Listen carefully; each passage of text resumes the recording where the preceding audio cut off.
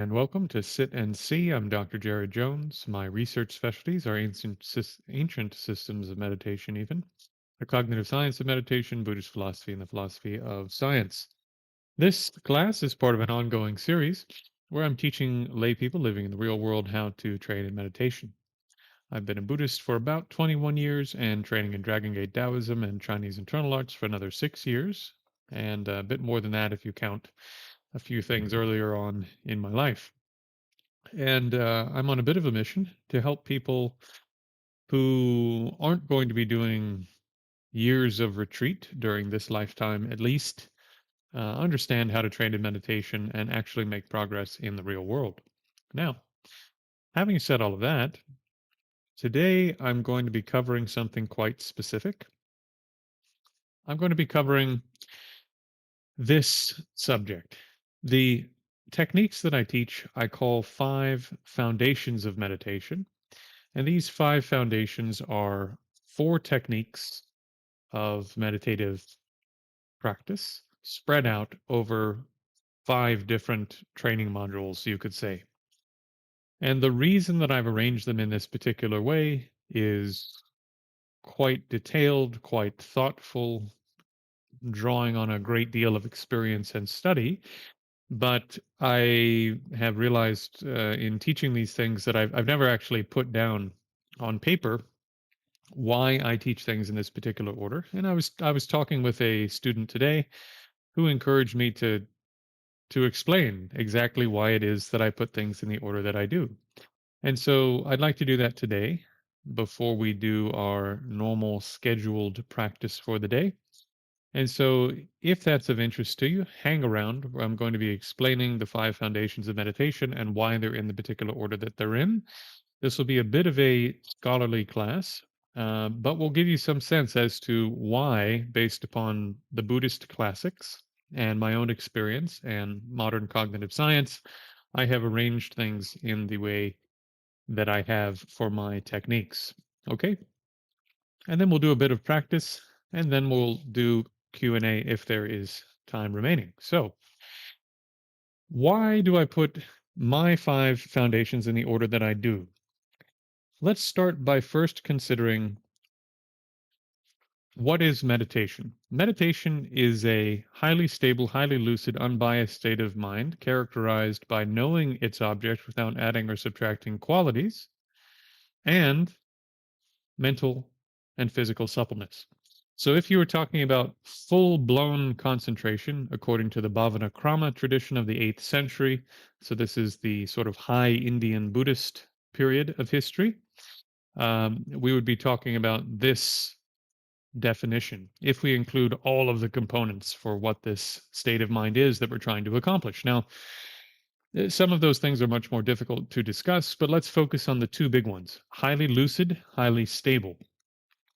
Only in the last few years have modern cognitive scientific journals started cluing into the fact that meditation involves both a highly stable mind but also a highly lucid, highly awake. If you search the literature, they call it wakefulness now, being more awake. But that's been there in the classics from the beginning for hundreds of years, at least 1,200 years. So it's been there a while, right?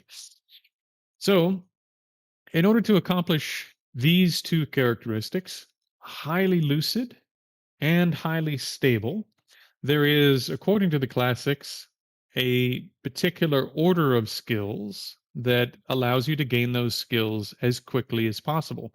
Could you do it the other way? Maybe. Maybe. I'm not going to get into the debate today. Maybe you could, maybe you couldn't, but the fastest way is going to be to develop them in a particular order. So, based upon that order, then, what I've done with the 5 foundations is arrange the skills that you need in terms of gaining higher degrees of stability and then lucidity, and then stability and then lucidity in a particular order. Furthermore, I'll circle back to that, but keep that in the back of your mind. Furthermore, when you're training in meditation, you have to have 2 mental qualities. You're building up 2 qualities, okay? The first is maybe the most misunderstood, misdefined term in all of Buddhist psychology in the modern world. The first is this term mindfulness, which has almost nothing whatsoever to do with moment to moment, unbiased awareness. Completely wrong definition. You have never had a moment of awareness that wasn't in the present moment. Okay. All of your moments of awareness are in the present moment.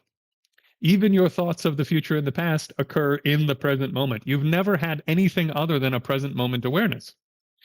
Furthermore, mindfulness, according to Buddhism, involves correct discernments, correct judgments. Mindfulness involves using your memory to recall things from the past and to anticipate things in the future. So, this definition of mindfulness you find everywhere could not be further from the correct understanding of this term.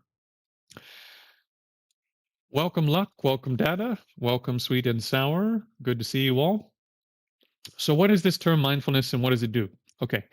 Mindfulness, sati smrti, actually refers to memory, your faculty of memory.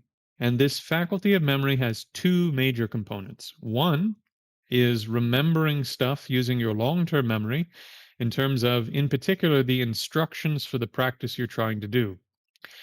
I've given you the instruction in Foundation 1, for example, use great force. Pool your awareness in one place. Having pooled it in one place, struggle as if it is life and death to hold your mind in the place where you have put your attention. And before you scroll away, hang in there. Again, there's classical justifications for this. Furthermore, I've given you instructions. Mentally recite the numbers as you count in a particular way. Visualize the numbers in a particular way.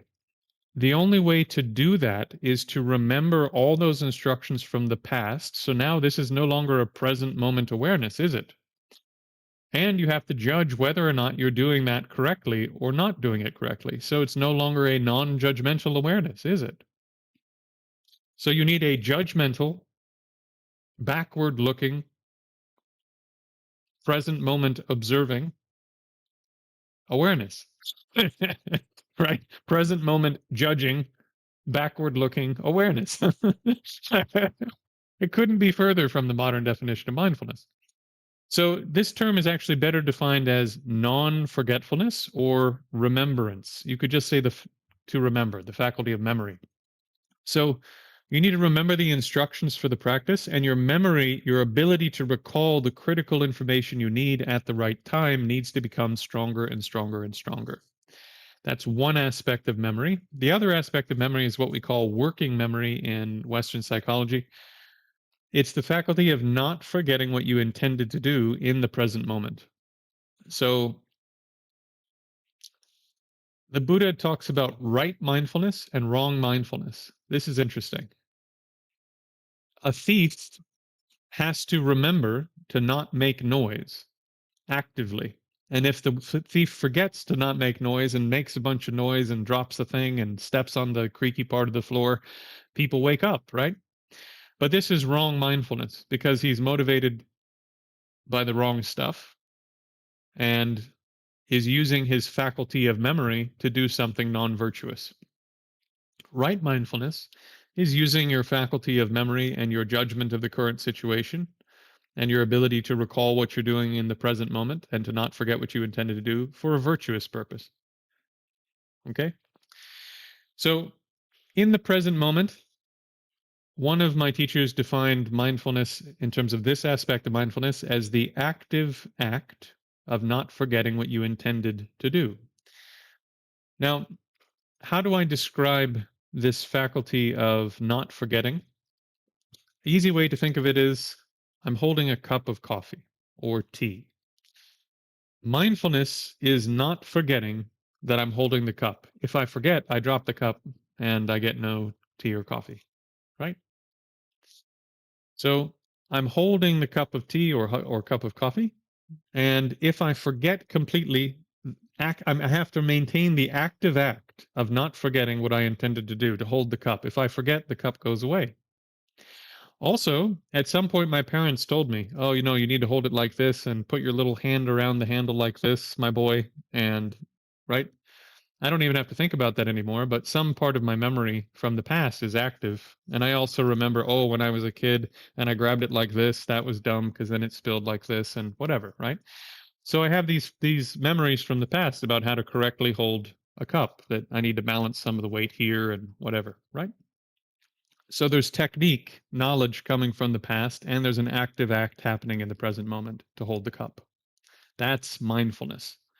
Memory from the past about technique, proper approach, and the active act of not forgetting that I'm holding the cup in the present moment. Okay? What does that accomplish? What does it accomplish with the cup?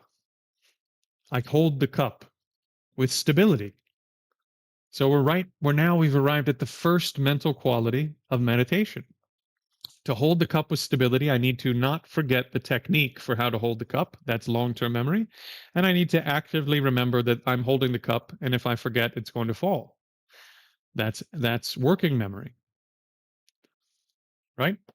So when you place your mind on the breath, you need to recall the instructions. Oh, my teacher or this funny guy on the internet said I need to do all this stuff in order to bring the mind there and get the mind to pool there and all this. I need to remember that. And then I need to remember that right at this moment, I am actively placing all my attention here and holding it in one place. And if it starts to move away, I've been told that I need to bring it back and hold it tightly. Mindfulness, memory, judgment, correct discernment of what's happening, not non-judgmental awareness, highly judgmental discerning awareness. So that's the first aspect, mindfulness, holding the cup firmly with good technique.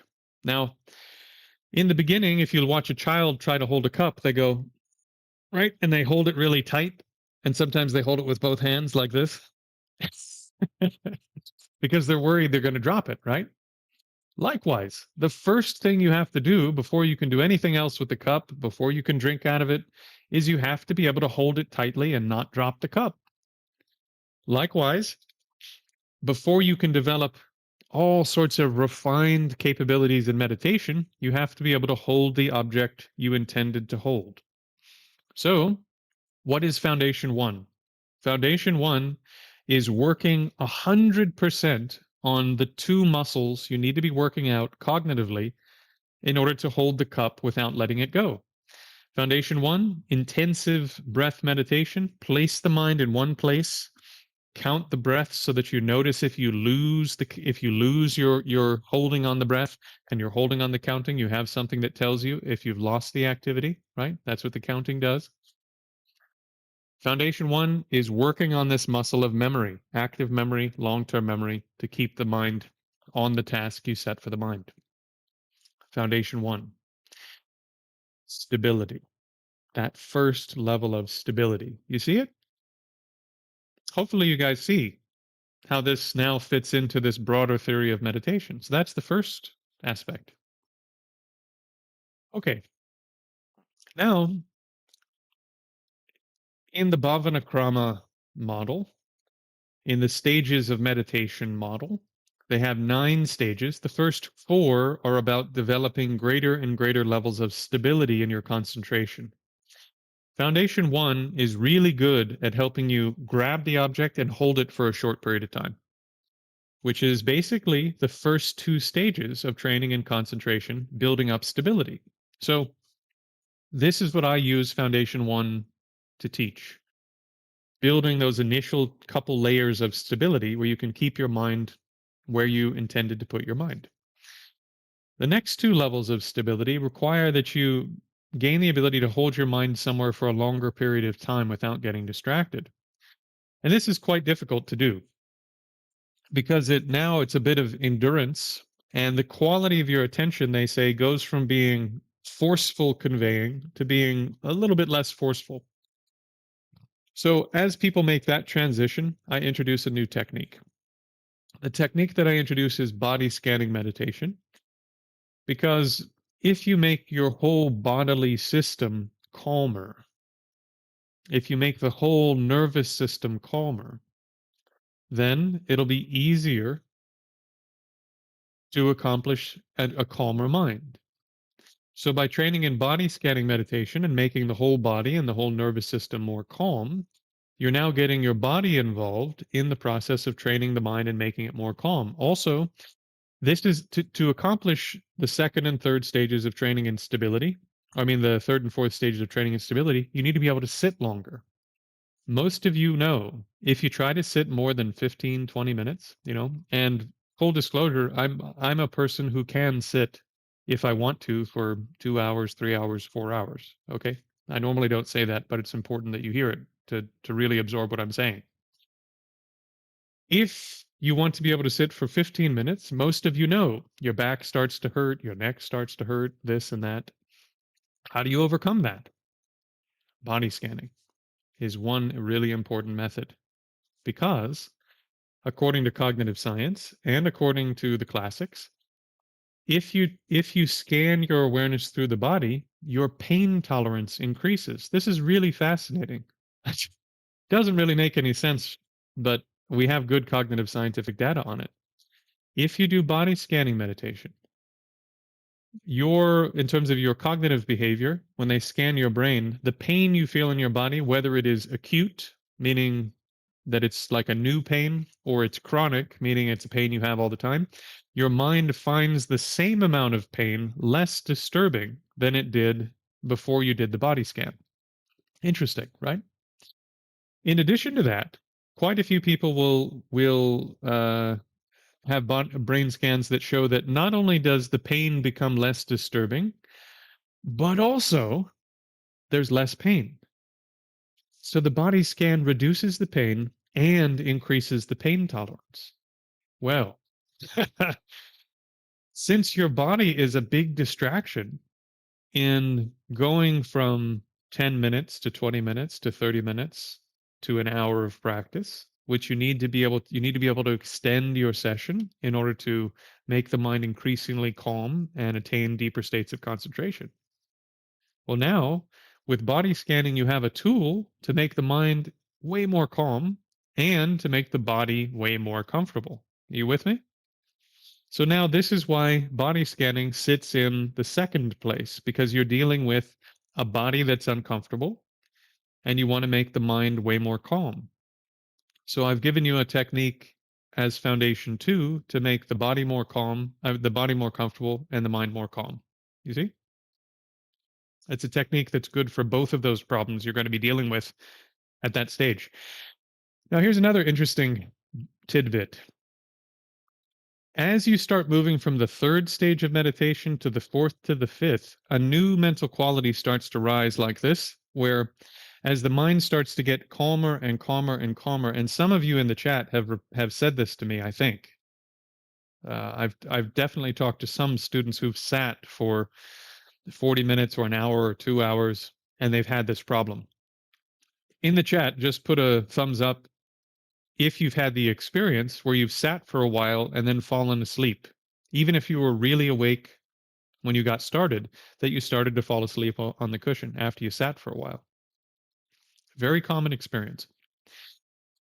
Remember how I said stability, highly stable, highly lucid. These are the two primary qualities of a meditating mind. So if your mind's falling asleep, it's stable, maybe, but it's not lucid. It's not awake, not highly awake. Okay. So I've taught you foundation one to help you accomplish the first couple stages of concentration. I've taught you foundation two, body scanning to make the body more comfortable for longer sessions of meditation and to make the mind more calm. But as the mind gets more calm, this new mental quality will come up that's called laxity. Laxity or dullness.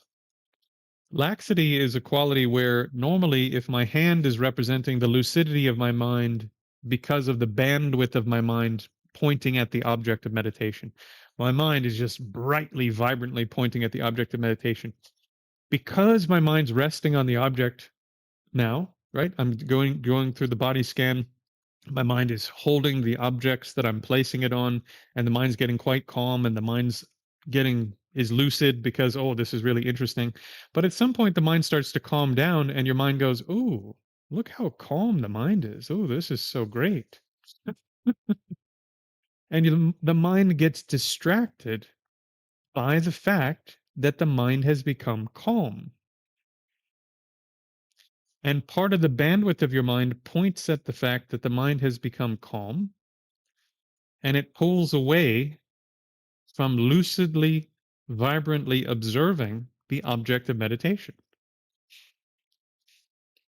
When it does this, it causes a condition called dullness or laxity or lethargy, which will make you feel depressed. Some of you, probably, if you've trained for a while, you've noticed that when you train a lot and your mind feels sort of sluggish and dull and depressed, maybe even sad, you notice that your mind becomes less discerning, that you can't figure out the fine details of things, even if you used to be able to, that you can't remember stuff, that you try to recall information, it takes forever to get the information to come.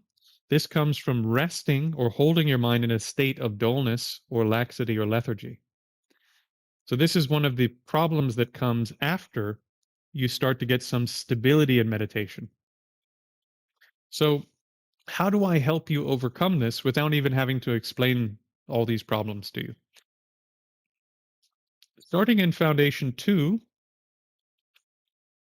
notice the pattern that I teach for body scanning. We scan up the body and we stop here. Scanning upwards in the body tends to raise the mind up out of its sort of distraction towards the slight bliss and calmness coming from concentration and tends to brighten and freshen up the mind. So we do an upward body scan and stop at the top of the head, making the mind more bright, more fresh, more lucid. So without even having to explain to you that you're going to encounter laxity and lethargy and this is going to happen, that's going to happen, I teach you a technique where you're going to naturally overcome the problem of laxity or lethargy because of the technique. Furthermore, did anyone notice that when I teach body scanning meditation as part of the course, we teach it, I teach it in a standing position. Hard to fall asleep if you're standing up, right? Hard for even a bit difficult for your mind to get distracted completely inwardly if you're in a standing position. The mind is naturally more lucid, more awake when you're standing up. So when I make your mind through technique, through training, when your mind becomes much more stable, much more calm, I get you into a standing position, upward body scan, stop at the top of the head, create a highly lucid mind that's also very stable. So now I've helped you overcome the first 4 stages of distraction, and I've helped you overcome lethargy without really having to explain all of this complicated stuff, right? If you just do the stuff, then it'll happen. So this is why I've arranged the first part that way. And then foundation 3 is walking meditation. And so I teach you a technique to start learning how to take your practice off the cushion and into real life, because if you want to go much deeper than that, right? Just having a mind that's really calm and quite lucid. If you want to go further than this, then you have to just do more practice. You know, doing 30 minutes a day won't do it, unfortunately. You just have to take more of your practice into real life, more of the time.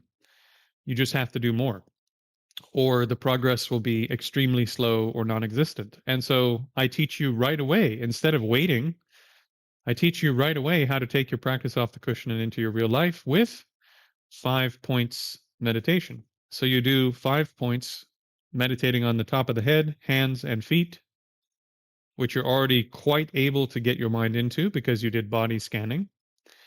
I train you in 5 points, and you learn how to walk, meditating on 5 points, which you can then take out into the real world. You see? And then learning how to do the first type of Mahamudra practice, which is opening the mind's awareness in 6 directions: front, back, left, right, up, down, within the tactile field, visual field, auditory field, olfactory field, gustatory field. So once you have tamed your 5 external senses, now think about what this means in terms of real life. That while you're at work, you can open the visual field and do your work, but abide in a state of concentration. Or open the auditory field and listen to your boss talking about something important and abide in a state of concentration. And you can still look around the room and interact and be like a normal person because it doesn't look like anything. In the beginning, you look a little bit sort of, right? But once you get good at it, now the visual gate is open. Now the auditory gate is open. And I'm talking to you and it looks fairly normal, right? So you can learn how to open the gates and keep them open and continue your training in between formal training sessions, which means that you're getting more practice in, more practice in, more practice in. That's part of foundation for Mahamudra style practice. Finally, once you have really gotten pretty good, right? You're already pretty good relative to what's out there in the world, right? If your mind can be really stable, really lucid, and you can generate those states pretty much whenever you want to, even in the middle of real life, that's a pretty competent. You're pretty competent. You've still got a ways to go to have full blown concentration, but your mind is now different than a normal person's mind, right? So if you want to go further, there's two subtle problems now. If you look at the Bhavanakrama model, there are two subtle problems that you're going to have. I'm skipping one, but it's not so important. It's sort of like a little along the way, it'll kind of go away anyway. But the two main problems you're going to have are subtle distraction now, subtle distraction, and subtle dullness or subtle lethargy. Subtle distraction means that you're keeping your mind on the object of meditation, and the mind is bright and lucid, but you can feel the mind preparing to move. It's lucidly, brightly on the object, but part of it is just getting ready to jump. It never does. It just sort of hangs out, moving as if it's going to produce a thought or it's going to jump, but it never actually does. It just subtly moves, right? And you have to continue to press the mind ever so gently onto the object of meditation to stop that movement so that it's now all on the object. Difficult. As you get better at this, then you'll start to notice sometimes the mind is like stunningly, unbelievably, vibrantly bright, even while it's completely stable, observing the object in this unbelievably lucid and bright way. And sometimes it's just extremely lucid and bright, but not stunningly, vibrantly, intensely lucid, right? That normal state of lucidity that you've been cultivating for years is subtle dullness.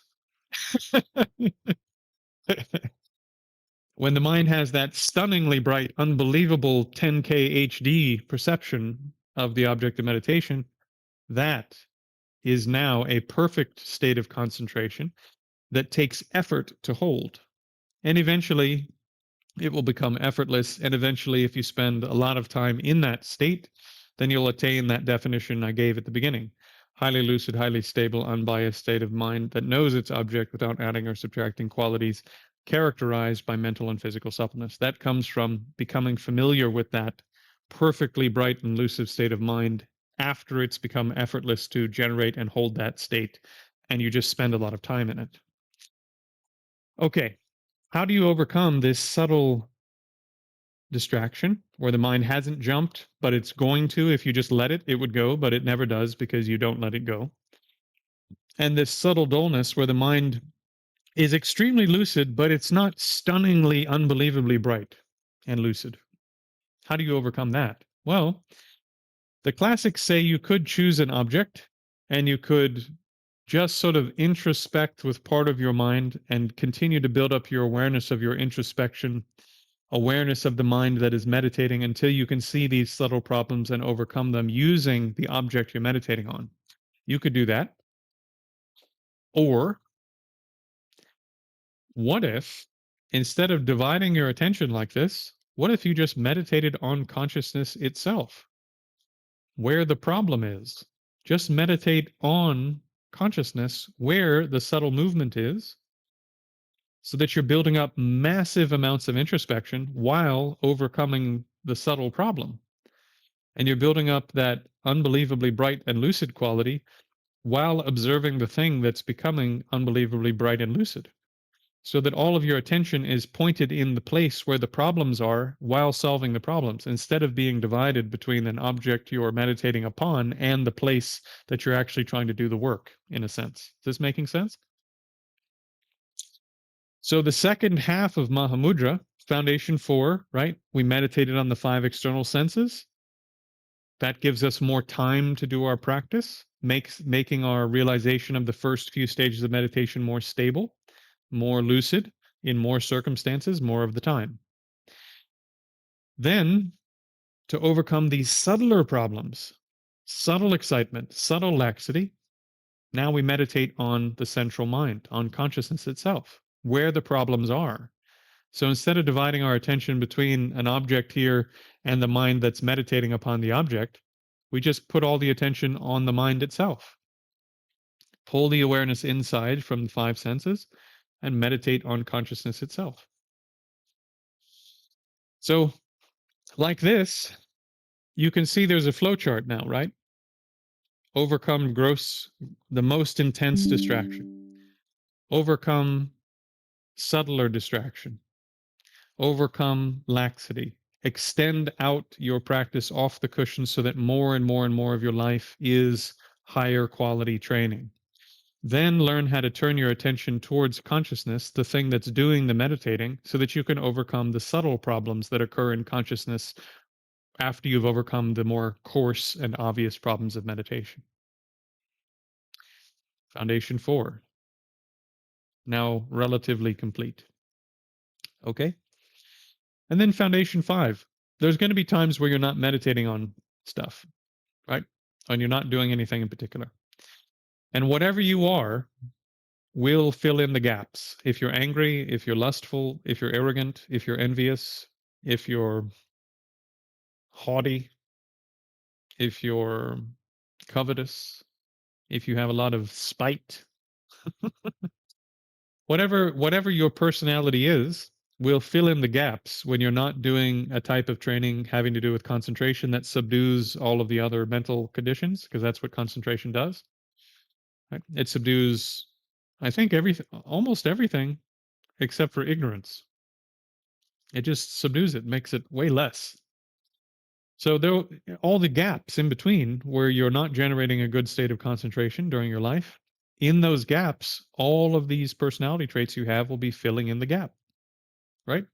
Because that's what's there. So foundation 5, rumination meditation, is a precursor to and evolves into vipassana meditation. Rumination meditation is a tool, a meditative set of techniques to transform what's on the surface of your mind in terms of your worldview, your attitudes, your motivations, your intentions. So that the natural personality, you could say, that's on the surface of the mind in those gaps between your concentrated sessions, that personality that's in between is increasingly headed the same way as the rest of your practice. You with me? To make it a bit more practical, let's say you're a very angry person. You already have some ability to do meditative concentration, right? You have some meditative skill somewhere on this flow chart here. You're a very angry person when you're not generating a state of concentration. Okay, fine. Let's say the type of anger you have has to do with the limitations of other people. It's very common. Well, you see other people who aren't very capable and it frustrates you. The people at work, they can't do this. I always end up having to clean up after the kids. The wife is like this. The husband doesn't do his blah, blah, blah, blah. Right? The type of anger having to do with the limitations or faults of other people. Okay, fine. Rumination meditation means you start a process of observation, thinking something through until you generate the antidote to that type of anger. So one of the contemplations you find in the Bodhisattva Karya Avatara in the patience chapter, the perfection of patience chapter, if I'm not mistaken, is a contemplation where you're looking at, for example, the fact that a person who's succumbed to their faults, right, and their shortcomings is a bit like a stick in the hand of a person.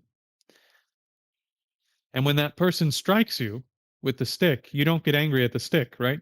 You get angry at the person who's holding the stick. You don't go, "Oh, that stick, I'm gonna get." No, you go, the person who's wielding this stick is a problem. I don't like that person. Likewise, when you see people around you who have various faults and shortcomings and so forth, that person is like a stick in the hand of that delusional mental state that they're suffering from their own anger, from their own negative karma arising from misperception, from wrong worldview, from a lack of willpower arising from whatever, right? All of these mental states that we all suffer from. And then you go, oh, look, they're like that stick in the hand. They're not making a completely free choice. They're being dragged along and harming other beings because of these negative mental states they have. Wow, I should do whatever I can to help these people if I can, or at least not harm them, at least not make it worse. Certainly, the anger and frustration I feel is totally out of place. And when that new feeling comes up because you thought it through using these types of reasons and arguments and observations, and a new feeling comes up and you go, wow, yeah, I really should be patient with these beings. I shouldn't add to these problems. I should do my best to help them overcome these problems. Then you generate a completely new emotional reaction to the situations that are making you angry. And then you meditate or hold the mind in that new emotional reaction, that new emotional state, which in this case we'll call patience. And you hold your mind in that state for 5 minutes or 10 minutes. And if the emotion starts to go away, of that patience, feeling of patience starts to go away, you think it through again. They're like a stick in the hand of an angry person. There's something that they're being dragged along by these shortcomings that are harming them too. Wow. I should do what I can to help. I certainly shouldn't add to the harm to the situation. And then so the feeling erupts in your system again, fills you up, and you hold it again. So this is rumination meditation, right? Which blossoms into vipassana as you gain more concentration capability. And this then allows you to transform those gaps in between your concentrated sessions, where if you're a very angry person, you can become a patient person when you're not thinking about it. So instead of reacting with anger, you react with patience. Instead of reacting with arrogance, you react with uh, humility. Instead of reacting with jealousy, you react with rejoicing. Instead of reacting with mm, clinging attachment, you have an appropriately renounced, let's say, reaction to the types of pleasures and comforts that there are. You use them for what they can be used for, pleasures and comforts, but you don't over exaggerate what those things can do, the types of benefits they can provide.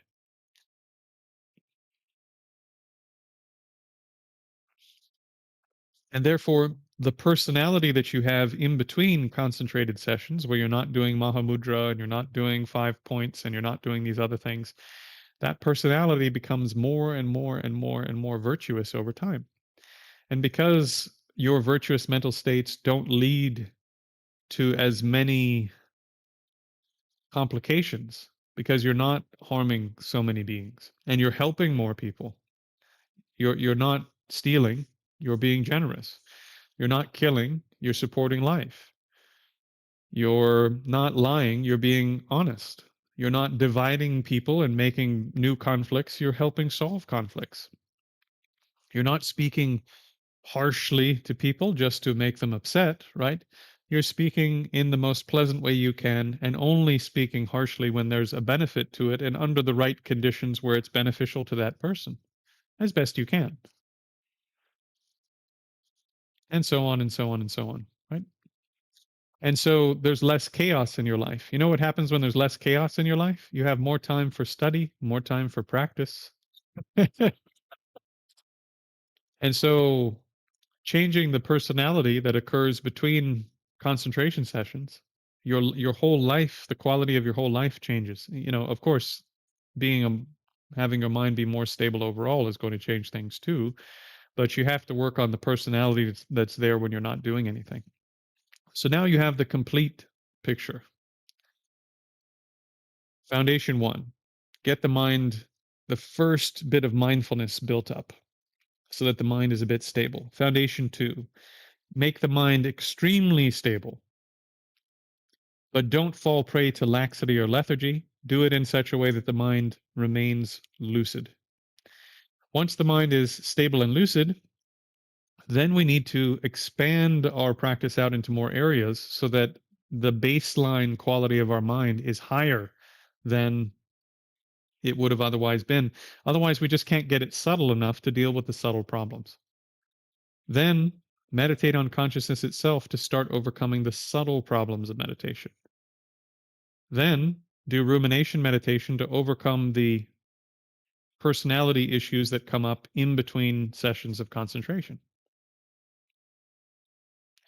And with these tools, also, whatever practice you want to build on top of this in terms of whatever lineage of Buddhism or Hinduism, Jainism, Sikhism, Islam, certain types of Christianity, Judaism, as they might allow these sorts of things, then you can on this foundation you can build all these other practices because you have concentration, you have a mind that's more under control, you have the ability to change how that mind works using the skills and capabilities of that mind.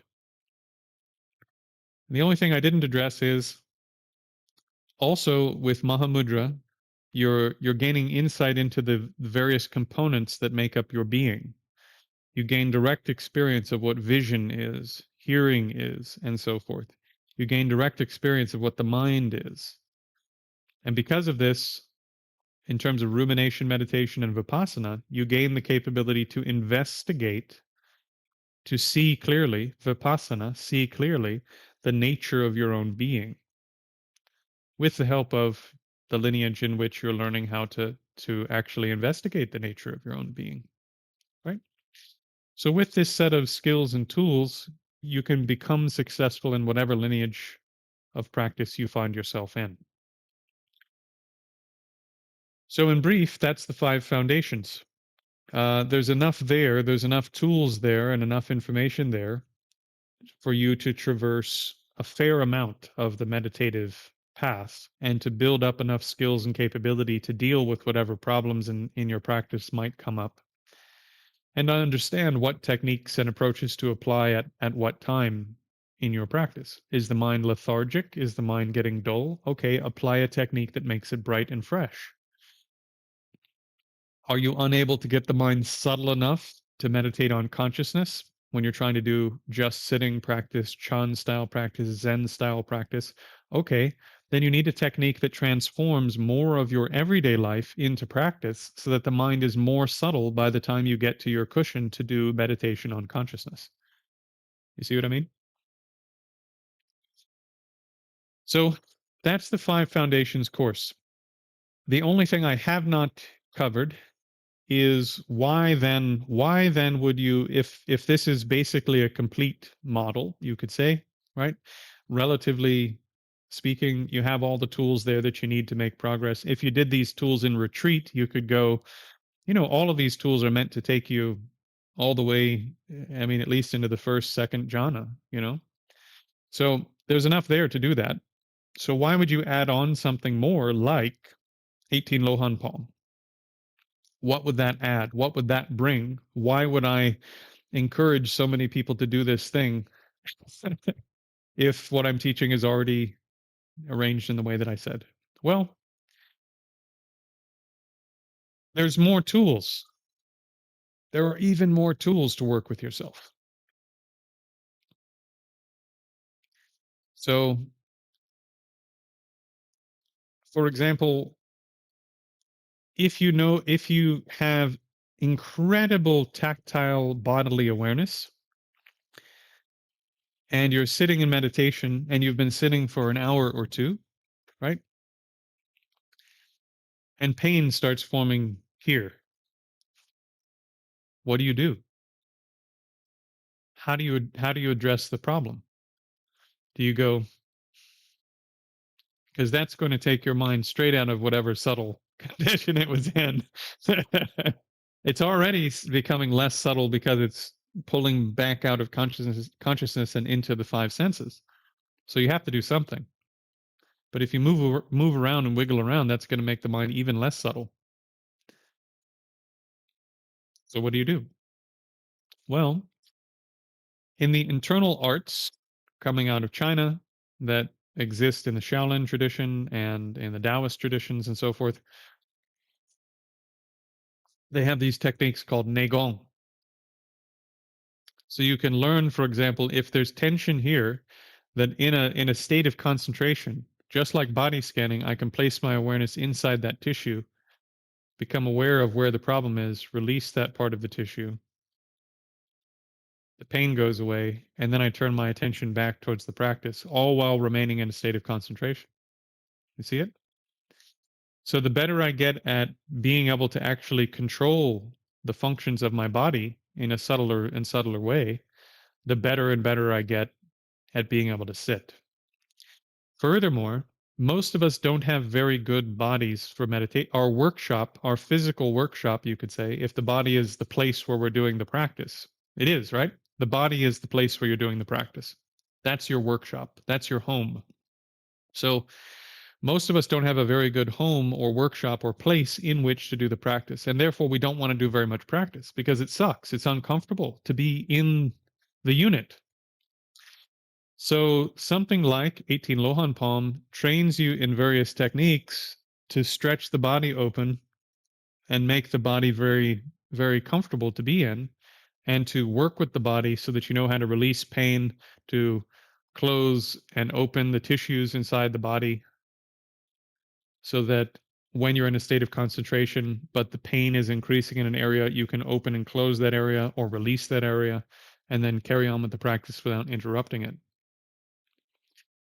And then towards the end stages of those practices in things like Neigong, very similar to some of the Buddhist tantric systems, um, there are these practices basically where you build up more pressure, you could say, in the system. Part of that is physical pressure, like interabdominal pressure. And that pressure, if this is my spine, right? Imagine that this was an empty tube and there's no pressure inside the tube, it will wilt like this, right? And that's what you see with most people is when the mind starts to get dull and sleepy, the body goes like this, right? The tube empties. So there are techniques where you build up pressure in the system so that the tube is full and buoyant. And therefore, when you're sitting, the spine has this fullness and buoyancy and openness to it that holds the body in the position. This is how you can gain the capability over time to sit for an hour or 2 hours or 3 hours or 4 hours. That's the brilliance of these systems.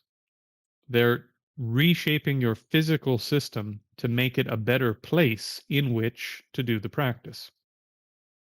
You with me? And that's something I don't teach. I do that, but I don't teach it. So this is where something like 18 Lohan Palm really adds something great. The other thing that it adds, and this will be the last thing before we do some practice. Yes. Oh, actually, no, we're running out of time. So it'll be a conversation day. The last bit is this. Things like internal arts. Remember the two main qualities we're building up, right? Stability, lucidity. Stillness, clarity, right? Stability, clarity. We're making the mind really, really calm and really, really awake. So those are the two qualities. What qualities mentally do we need to have to build up more stability and more lucidity? Well, we need to have this mindfulness quality, memory, and we need to have this introspection quality of being aware of the quality of our own mind. Okay. Things like 18 Lohan Palm, where they have an internal martial art as part of the practice. When you're going through, for example, the motion of the art, just to give you an example, when you're going through the motion of the art,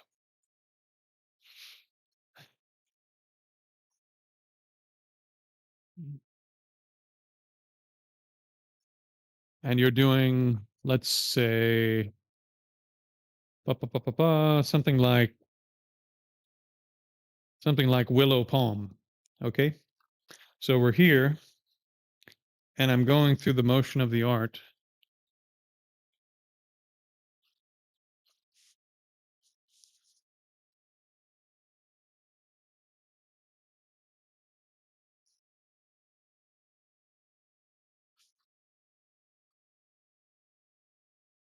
I have to be aware, very similar, right? I have to recall the information from the past. How do I bend the spine? How do I bend the neck? What order do I release the palm? I have to actively remember what I'm doing and where I am in the whole movement, set of movements. In addition to that, if we're doing push hands practice, right, I have to remember here's the quality of body that I'm supposed to maintain. And I'm not trying to win. I'm not trying to lose. I'm trying to maintain the quality of the body. So when they press here, I'm not butting in. I'm not running away. I'm not doing this. I'm not doing that. I am doing this. I'm not doing this, right? Same quality of memory and introspection. What is my mind doing? Is my mind getting angry? Is it getting competitive? Is it getting jealous? Is it getting this? Is it getting that? Building up introspection through the push hands exercise, right? And then the light touch sparring exercises, and then the full on sparring if that eventually comes out in the system. So things like having a physical discipline where you end up having to pressure test your body and your mind gives you even more feedback on how your practice is going. Also, think about 5 points meditation. So while I'm doing this movement, I can place the mind in the 5 points. And if I lose it, I can pause, reestablish the 5 points, place it back in the 5 points.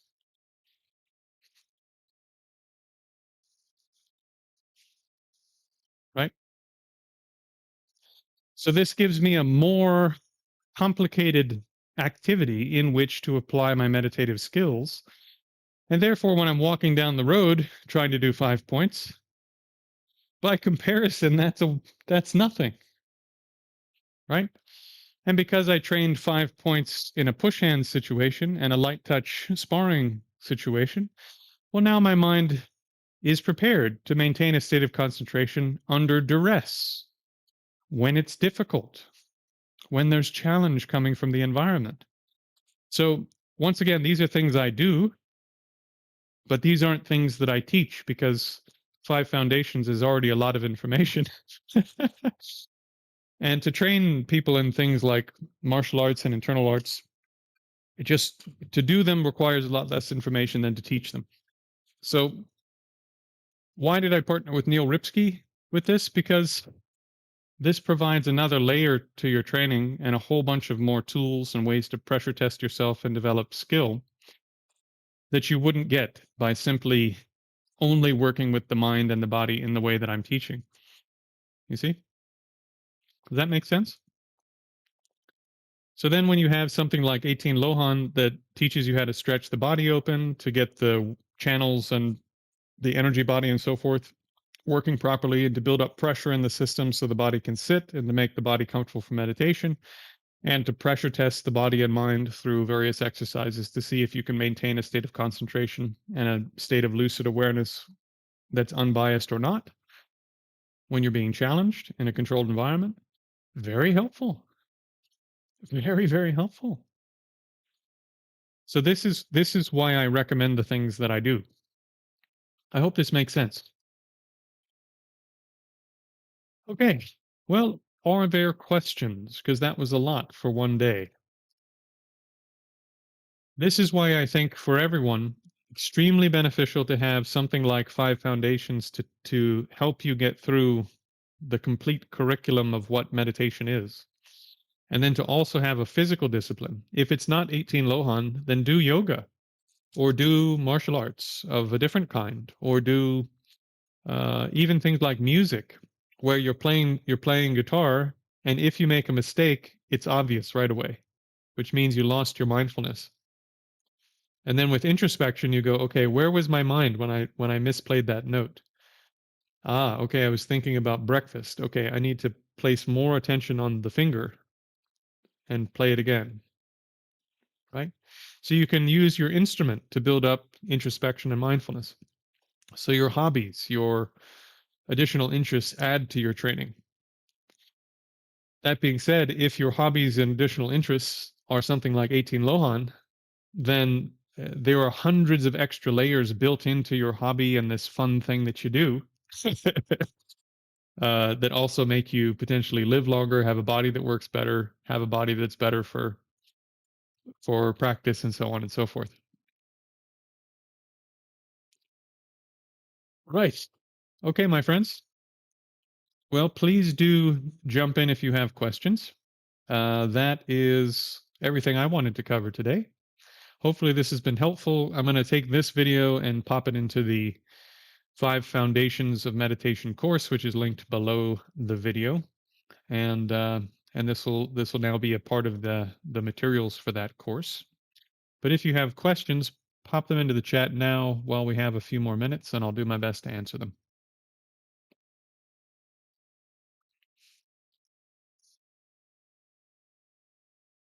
Yeah, that's a good point, Dave. Um, so for those who aren't reading the chat, Dave said that he works out a lot and he's doing the 18 Lohan program, and it's exposing gaps in his training. So, one of the interesting things about the Chinese health arts is that they have a wide range of different exercises that are basically just physical, but they're designed to train you. And we haven't even really gotten there yet, Dave.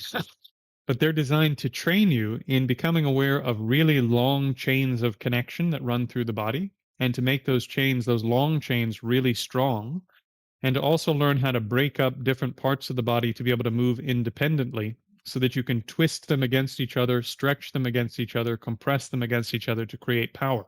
That's why they're called internal martial arts. And then when you get into things like muscle tendon changing, bone marrow washing, qigong, then you're dealing with the subtle body and subtler parts of your being in addition to the physical body, and you're making those things even better for meditative practice. Why is that? Well, according to Chinese medical theory and Buddhist tantric theory and Taoist psychology, you could say emotions have a subtle physical component that's not, how to say, that's not just your body, right? It's these subtle substances, the subtle body. So as you get better at controlling these subtle substances, you get better at controlling your emotions and your mind.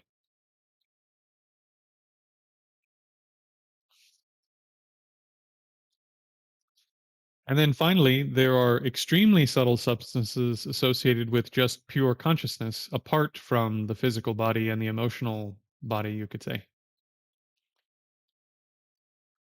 So that is the sort of what's added on, and there are hundreds of layers to this. Okay, so for today, that will be it. This was more of a talking class to go through the material, and yeah, yeah. Thank you for being here. Since there are no new questions for today, we will wrap it up at this time. I will see you on Monday. That'll be the next class. And thank you so much for being here. Hope to see you again soon. Try not to disappear before I do.